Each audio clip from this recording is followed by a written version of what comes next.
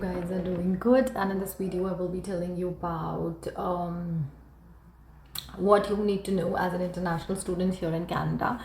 So if you're an international student, you've already been accepted in a college, congratulations, welcome. If you want to know how, then you usually need a letter of acceptance from a designated learning institution here in Canada, and then you will undergo police verification, and then maybe some interviews from your officials in your country, and then you have to show proof of funds over and above your tuition fee. If you are bringing some dependent or you're moving to Quebec, then the amount of funding that you need to show, it obviously increases, because if you're coming with a dependent, then you have to make sure that that dependent is not a burden here and you guys can take care of yourself.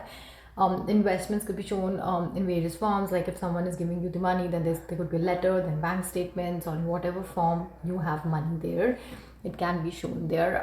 Then the students do have this GIC, which is Guaranteed Investment Certificate. So you deposit that money, it is your money deposit in Canadian bank, and then you get it back in 12 installments once you land here. So it's a security that every month Canada is giving you your money, that okay, this is a part of your money, just spend it this month, and then it goes on.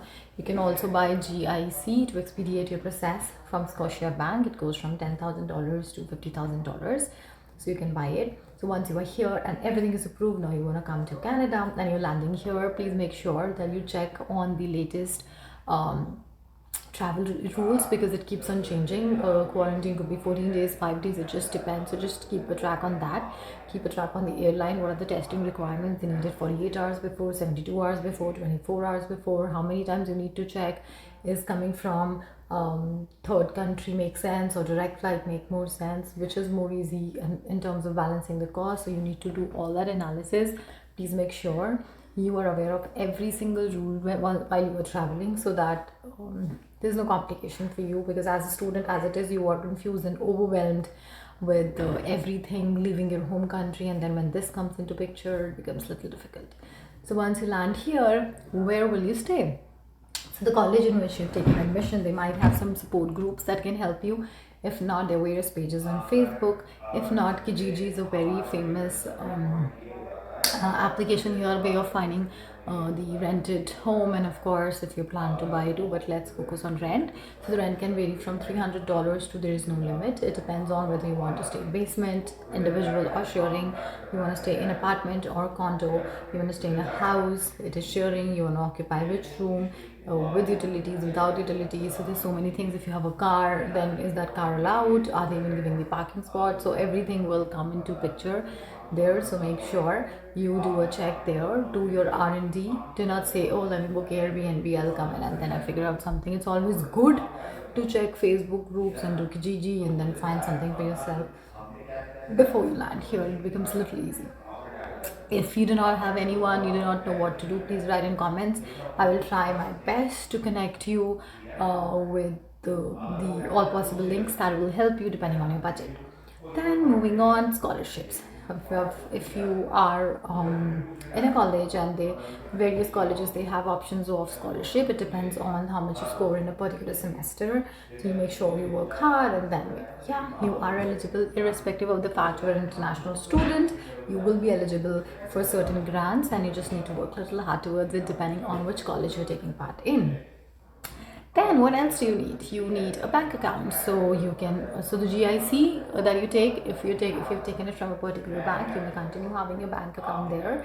But then there are certain banks like Scotia, TD, RBC, and then CIBC that will give you various options in terms of the cashback and offers for students. Then in terms of your phone carriers, you have Rogers, you have Bell, and then you have Freedom, and then there are so many that they're gonna give you options like free minutes of calling to home country, and then various other plans for a couple of months. So keep a track. The plan is only for a couple of months, and then it changes, and then you might be shocked like, oh my god, what's happening, why are they charging me for my international call? So please keep a track. Then what else do you need in terms of travel? You're gonna have a Presto card here, which is your card that will go well with your either any public transportation, either trains or bus, and then you can have that card and you can just refill it online. You can refill it through Shoppers Drug Mart or various centers. You can refill your card for traveling.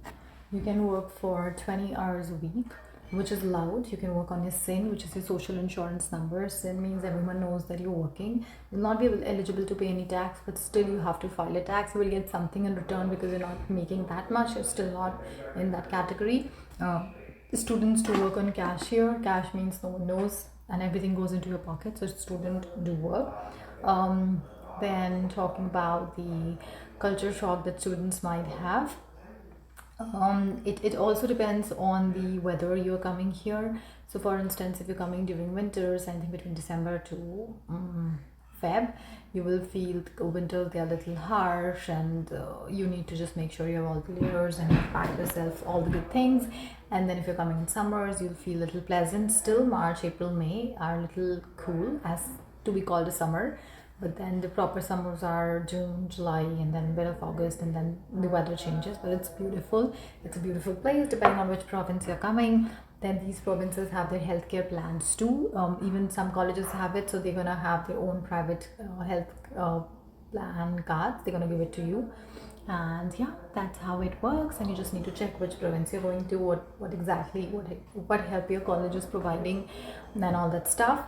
And yeah, study hard. Students do deviate a lot. They focus more on earning through cash or working on different things and not on focusing on the reason why they were here for, which is studies primarily. Please focus on it. Do not lose track because students do. There's a lot, it takes a lot for your parents and family to send you here, and it's a lot of emotional involvement and a lot of financial involvement, and on so many levels. It is there, so but you have to make sure that everything is worth it, and just put your head and heart here. You will feel homesick. There'll be days you want to cry, there'll be days you want to run away, there'll be days you'll regret the decision, but just keep your head and heart straight. And if you have any question or anything related to moving to Canada as an international student or in whichever way, then please let me know, drop in comment. I'll try my best. Well, after you complete your finish, you can have your postgraduate work permit.